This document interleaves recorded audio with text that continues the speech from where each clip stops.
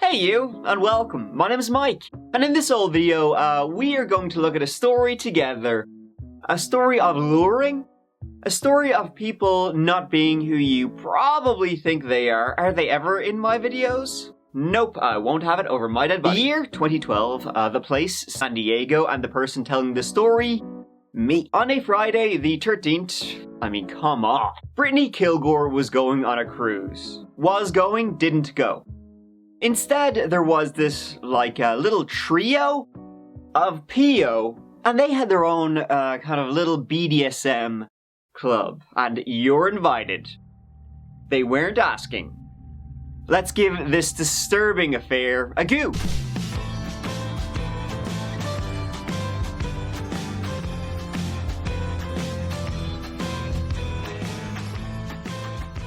In this old video, to set the scene for you, we are hitting the bricks and we're going to a town called Fallbrook, CA. A town in which we've actually been before, if you remember the case of the McStay family. No joke, I feel like I'm learning more geography researching true crime than pretty much anything else. Touring the USA via murder tour that won't end anytime soon. So, Fallbrook. Can I just copy and paste what I said in the McStay video and just put it in? Future Mike, just copy and paste that in. Nobody will notice. Wink. Edit that out. Alright. There's a time for jokes, and there's a time for little skits and funny little dances attributed to certain motives that come up and up and up again, and I'll be damned if it's on that chapter. The town of Fallbrook is home to a little over 30,000 people. It's the avocado capital of the world, and it's about an hour north of downtown San Diego. If your love of avocados doesn't entice you to move there, maybe your love of US Camp Pendleton, where the Marines train, will. Don't know why that would entice you either, unless you were actually in the... Let's move on. Well, there, in 2012, lived Corey and Brittany Killgore. Corey was in the Marines, Brittany was his wife, and they were living on the base, having moved there from the town of Rolla, Missouri, 1,700 miles away. Before she was Brittany Killgore, she was Brittany Rest, growing up in a small town in Missouri. She was pretty introverted growing up, but a lot of fun when you got to know her. Corey Killgore and Brittany started dating after they met at church, and they hit the ground running. They matched well, they suited each other, they were both kind of quieter people who had, kooky senses of humor. I don't know anybody who has that kind of humor. Only a few months into the relationship, marriage was already on the cards. Would you look at that? Sure, I suppose what else would you be doing? And it became official in 2010. Out of school, Corey, he signed up Brittany being his military wife. And his regular one too. Soon after, the pair were off together to Camp Pendleton. Quite a ways away, to be honest. Some people around the couple were actually quite concerned. I mean, they were both quite young. They had only known each other a couple of months before they married, and then they were, just married. They were coming from a small town, and now they were moving halfway across the country, with none of these support systems they'd grown up with. But sure, the military would look after them now. Or so they thought, because it turns out that marrying someone when you're 18, 19... after only knowing them for 2 months and then moving across the country with them can be a bit of a dicey decision, to be honest. Who'd have thunk it? I wouldn't trust a new toaster after 2 months, let alone someone I'm supposed to be spending the rest of my life with. So what happened next was unsurprising. Divorce was on the cards quicker than you can say on the cards. I mean, not literally, but it was pretty quick. There's paperwork and shit. Corey Killgore would get deployed to Afghanistan, and when he was gone, Brittany decided, well, she didn't want to be there when he returned. She filed the paperwork, said California, it's been real, and then she booked a flight for the 17th of April 2012 to go back to Missouri. She was going home, she had been there, she had done that, she had got the t-shirt, it hadn't worked, but shit happens. I mean, she was supposed to be going back to Missouri, that was the plan, but a plan that fell through. Brittany Killgore was last heard from on the 13th of April 2012. Friday the 13th. Her family, expecting her, getting ready for her return, were unable to contact her in the days leading up to that flight she was supposed to be getting. No messages or calls were getting through, so worry spread. Then, Brittany's mother received a call from Brittany's phone. But the relief evaporated quicker than you can say evaporated, because it wasn't Brittany on the other end. It was some stranger who had just randomly found Brittany's phone in downtown San Diego and was calling, just a good Samaritan. He just said he randomly found her phone on the ground a good bit from where she lived. I mean, Fallbrook was about an hour away. That's when the police were called and a missing persons investigation began. Friends of Brittany were contacted. Alright, what's the last anyone's heard from her? Let's get a timeline together. Well, it turned out that Brittany was due to be going on a dinner cruise with another active Marine named Louis Perez. After that, she vanished.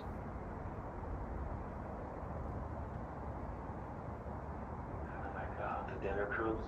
By the time I made it down over there, the boat had left already. What happened? She decides to get off, and I'm like, okay, I'll go park the car and I'll be right back. And I looked inside the glass front, looked one side to the other side, and I didn't see her, so I just assumed she hooked up. They went elsewhere. What he said happened was that, him and Brittany, they were going to go on a little dinner cruise, maybe a little dancing, but at the last minute plans changed. Instead, they drove down to downtown San Diego. They were just going to, grab some dinner somewhere. He was driving, they came across essentially the place they wanted to go. She got out, Brittany got out of the car, and he said, alright, I'll be 2 seconds, I'm just going to go park the car, I'll be right back. And then when he got to the place she was, where they were going to have dinner and drinks and stuff, well, he said that when he arrived, only a couple of minutes after her, having parked the car, she was gone. He presumed she had just gone off, met someone else, you know what I mean? He got stood up, kind of. But yeah, he left it at that. The police didn't. Louis Perez was 45 years old and a staff sergeant. He had been an active member of the US Marines for about 16 years at this point. He had no criminal history and was married with a 13-year-old daughter, living on the base. Louis and his wife were acquaintances of the Killgores, not friends, but a fellow couple stationed at Camp Pendleton. They knew each other to see and had the occasional conversation. He quickly became a person of interest in the case, last known person and all that. The police actually managed to get a hold of him, a proper hold around him, quite quickly when they found an AR-15 in the back of his vehicle. An AR-15 that had been reported stolen. They booked him on that. The search for Brittany, then began. She could be anywhere from Fallbrook to San Diego. And that's a shitload of anywhere. The investigation into Louis Perez continued, trying to find any little break in the case. And one thing they found was his predilection for being naughty.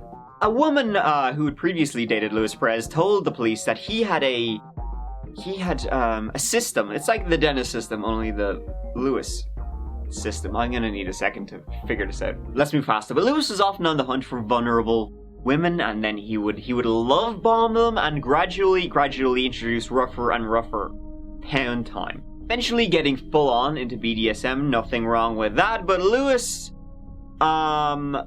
seemed less interested in, the whole we're having fun together part. He wouldn't take no for an answer, so I guess he was into role-playing, just minus the role. And minus the playing.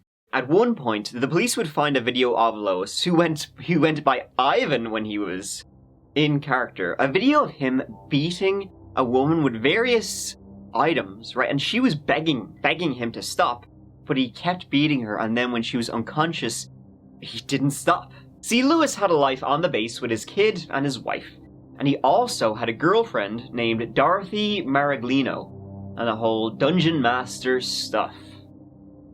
The police quickly learned of his BDSM partner. So his wife and kid had no idea about this whole other side to him. His whole rough gimp suit side. Dorothy Maraglino was like his alpha bitch. I don't know what you call it. The police realized he was keeping these two lives completely separate. One was a clean spick and span, the other was all this stuff. So they went and they searched Dorothy Maraglino's house, and it was chock-a-block with, chains and whips and all sorts of instruments for sticking in all sorts of holes. They even found another woman living in that house who was renting it with Dorothy. Her name was Jessica Lopez. She lived in the dungeon in the basement. She slept in the closet. It seems Jessica had entered a contract with her roomie, Dorothy, and likely Louis Perez too, and was the slave in the triangle. She was the, quote, money bitch. For Louis, this was just something he did on weekends, let the hair down, get the gimp suit out, stretch. For Dorothy and Jessica, though, they weren't no tourists. This was a lifestyle. This was their whole life, 24/7. Jessica had to wear a dog collar around her at all times and was like the slave, had to clean up and do all this sort of shit. It also seemed that Brittany kind of knew Dorothy, or at least she had been to her house a few times. As Dorothy and Brittany, they had a mutual friend. Dorothy did not like Brittany at all. She called her the disease and the herpes. The police had both Brittany's phone from the stranger who found it and also Louis's phone. And when those two phones were analysed, it was determined that neither of them left Fallbrook the night of. Louis went to Brittany's, picked her up, and then brought her to Dorothy's. The phone then went to San Diego, sometime later. But why? Why did Brittany go with Louis? They barely knew each other. Well, what happened was this, and it was all very sudden. In the days leading up to Friday the 13th of April, Brittany, she was packing up her house, getting ready to move back to Misery. And Louis rocked up, and he was like, hey, listen, maybe you want to go on a dinner cruise with me? He was shooting his shot. And Brittany said, no. So then he said, well, here, listen, how about I'll help you pack up all your shit, right? If you just go on a dinner cruise with me. She said, no. So then he said, all right, listen, you go out for dinner with me, and tomorrow morning I will have 5 Marines here ready, big strong lads. They'll come up and they'll pack all your shit. Be done in no time. So then Brittany said, for fuck's sake, all right, yeah, whatever, let's go. Brittany texted Dorothy even, as she knew Dorothy and Louis were together, and she was like, hey, listen, do you mind if I go? And Dorothy said, yeah, go, don't mind, I'm feeling sick, so go. All that. She went. I can't imagine she was feeling too good about it, because Brittany told friends she didn't really want to go. She had a bad feeling about Louis, and literally, after getting in his car with, their CCTV, 10 minutes after this, Brittany sent one text to a friend that read, help. She was never heard from again. This friend tried calling Brittany that night and received texts back. Texts saying she was having a great time partying and couldn't come to the phone. And the flight she was supposed to be on came and then went. The investigators went back to Louis's car, and they found bloody bags and bloody gloves. It was Brittany's blood. Also, a stun baton was located too, with both Louis and Brittany's DNA on it. Things were looking very bad. It seemed Brittany had been knocked out with that yoke, and then God knows what. So then, around this time, a couple of days into the investigation, Brittany missing for a couple of days, Louis in custody, both Dorothy and Jessica fled that house. The police were doing a search of it, and they were nowhere to be found. The next day, at a Ramada Inn, not too far away, the police got a sighting. It was either Jessica or Dorothy, and hopefully Brittany was still alive, maybe even with them. When the police busted into the room, they found it was Jessica. She had cut herself all over. There was blood everywhere. It looked like she had tried to kill herself, skipping the wrists and just going everywhere else. In the bathroom, there was a note, reading, "Pigs read this." Beside was a 7-page letter, it seemed written by Jessica, describing Brittany Killgore as a miserable cunt, and then saying the police had arrested the wrong fucking person, which, meaning Louis. It told the entire story, but essentially it came down to this. Brittany was brought there by Louis, and she wouldn't go down without a fight. And it was Jessica who said she strangled Brittany to death. She then dumped her body in Lake Skinner, which is about a 45-minute drive northeast of Fallbrook. Brittany was found at Lake Skinner shortly afterward. Got a call from the San Diego County Sheriff's Department, and they tell me that the San Diego coroner has positively identified the body that was found yesterday in Riverside County as that of Brittany Killgore, age 22. Her husband, several days ago, was contacted on duty in Afghanistan. He's with an artillery unit. When he was placed on emergency leave, started the process of heading back to the United States. When he started that process, it was a missing persons case.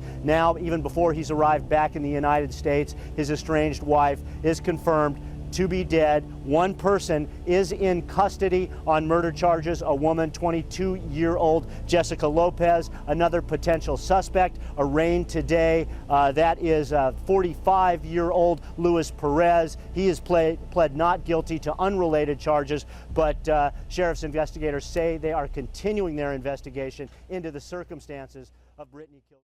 It looked like she'd been tortured for some time before her death with some of the various items that would have been in the dungeon. Her body was found with ligature marks around her neck, and so she had been strangled to death, and it seemed like someone had tried to cut her up, chop her body up, but had given up halfway. The day Brittany went missing, which was April the 13th, also happened to coincide with Jessica's birthday. The police then, started to theorize that maybe Brittany was a present for Jessica. Jessica, Dorothy, and Louis were all into the BDSM lifestyle, but at some point it just wasn't enough. They had to keep, pushing the boundaries, but role-playing just wasn't cutting it anymore. They had to do it for realsies. So they had Louis and Jessica in custody. Jessica was in hospital, but she was swiftly discharged. Her injuries were not life-threatening. It seemed like she had just tried to cut herself up, maybe I'll get off on this. But Dorothy was still missing, and it turned out they had just missed her. The Ramada Inn where Jessica was found, well, CCTV showed Dorothy had been there. Dorothy may have even really been the ringleader. She certainly was the alpha dog. Dog-faced beast would be more like it. For example, all over the house were signs and messages saying, do this, do that. Toilet paper goes this way, lights off this way, all, the sort of shite that would drive you nuts. Completely controlling. And then it seemed like maybe, Dorothy had forced Jessica to write that note incriminating herself for doing it. Jessica was her bitch, forcing her to take the blame for the entire affair. But where was she now? She was across the country, and police called her. To talk to you and see what was going on. Okay. Was Brittany ever at the house that night? I did not see her at the house. Are you sure about that? Yeah. So how many times you had the question? I'm not going to give you a change my answer. Dorothy had gone all the way to Virginia and then disappeared. The police were unable to track her down for a few weeks, and when they finally relocated her, she was back in San Diego, staying at a hotel near the airport. Also happening right now, 3 defendants charged with the brutal murder of a 22-year-old Marine wife are in court, accused of kidnap, torture, and sexually assaulting Brittany Killgore to death. Ivan, the master, Maraglino, the sub-mistress, and Lopez, their slave. All were in custody, charged with murder, torture, conspiracy to commit kidnapping, and attempted sexual battery. Prosecutors say the sadistic, sadomasochistic murder of Brittany Killgore was motivated by sexual and emotional fantasies of 3 disturbed people who are practicing a slave master bondage lifestyle. Rape the women, destroy their reputation, take their possessions, when you deem, take their last breath. These are words that were written by the defendant on the day of the kidnapping, and therefore the motion to dismiss all counts is dismissed. It was a last-ditch effort by Dorothy Maraglino to have her case dismissed by a judge before the murder trial begins. Maraglino was arrested in May of 2012, along with Marine Louis Perez and Jessica Lopez, for the kidnapping, torture, and sexual battery of a 22-year-old wife of another Marine who was at the time serving in Afghanistan. Prosecutors say the 3 accused lured Brittany Killgore to go out with Perez on a dinner cruise that never happened, and the young woman would never be seen alive again. The trial began in 2015. All three of them, Louis, Dorothy, and Jessica, were tried together. The prosecution's evidence was really circumstantial about what happened that night, what exactly happened. But they had a fair idea, and all were involved. While the defense was saying Louis and Dorothy were out of the house when Jessica killed Brittany. Sure, Jessica even wrote the letter herself. But Jessica was also a patsy. And Louis, after all, was the one who kidnapped her and left her there, but Dorothy was in control of the entire operation. That makes as much sense as it sounds, but that's what the defense was trying to do. You know, each one, like all three were on trial at the same time, but each had their own lawyer, and all were saying, oh no, the other person did it though. Oh no, the other person did it though. Oh no, the other person did it though. Defense attorneys disputed whether Killgore was ever inside the Fallbrook house with a sex dungeon like this one, where the prosecutor says she died. There's no DNA, there's no hair, no skin cells, there's nothing in the house. There's absolutely no evidence that anything happened in that house.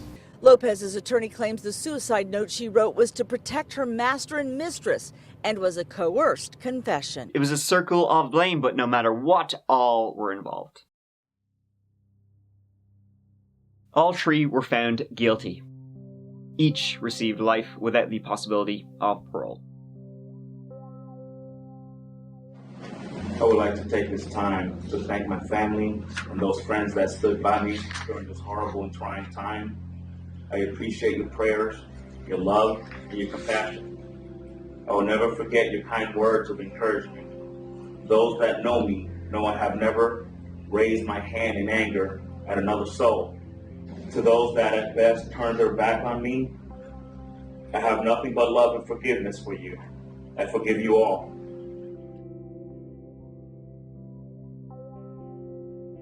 And Brittany never got to go home. And that ends this whole story. It's a sad one of monsters out there. Trust your gut, I guess, is kind of like a lesson to take out of this one, because Brittany had a real bad feeling about Louis, and it ended badly for her. What really happened that night? Maybe we'll probably never really know. The extent, probably never want to know. But that ends this whole video, so Sinead. Oh, one final thing. Dorothy Maraglino, in prison, became a writer, you guys! She is the proud author of My Inside Voice. Ooh. Available on Kindle for only 15 of your dollar dues. It was published in 2022, and the blurb describes it as, "The poems, letters, and short stories will give you insight on the journey of myself and thousands of others that include experiencing birth, death, illness, joy, and despair while locked away from family and friends. The voice of this book echoes the voices of thousands of others who share these same experiences. The emotion is raw as I open up. Be prepared to laugh, cry, be outraged, motivated, and on occasion, dun dun dun, hopeful." It is only one review, 1 star, womp. It seems she's actually written a few articles and blog posts about how shitty it is in solitary confinement. Sucks for her. Or, you know what, if you're feeling adventurous, you can write her in prison. Her loves being, imagine sunsets and long walks along the cell block. I am a 47-year-old journalist and author in prison. Like self-described on both accounts, I guess. I'm a textbook Gemini, classic Gemini. And I've learned to embrace all sides of myself.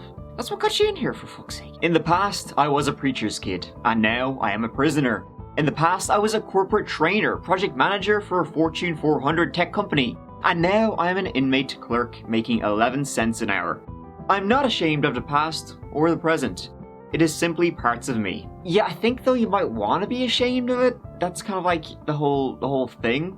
I feel like she's missing the point of what she did and why she's where she is. She's manipulating this whole story just like she did Jessica Lopez. Thank you so much for watching. I really appreciate you taking the time to be here with me watching this whole video. It means a lot, so thanks. And I'll see you as always real soon in a couple of days, so look forward to that. But until then, please, take care of yourselves, take care of each other, because I love you. Mike out.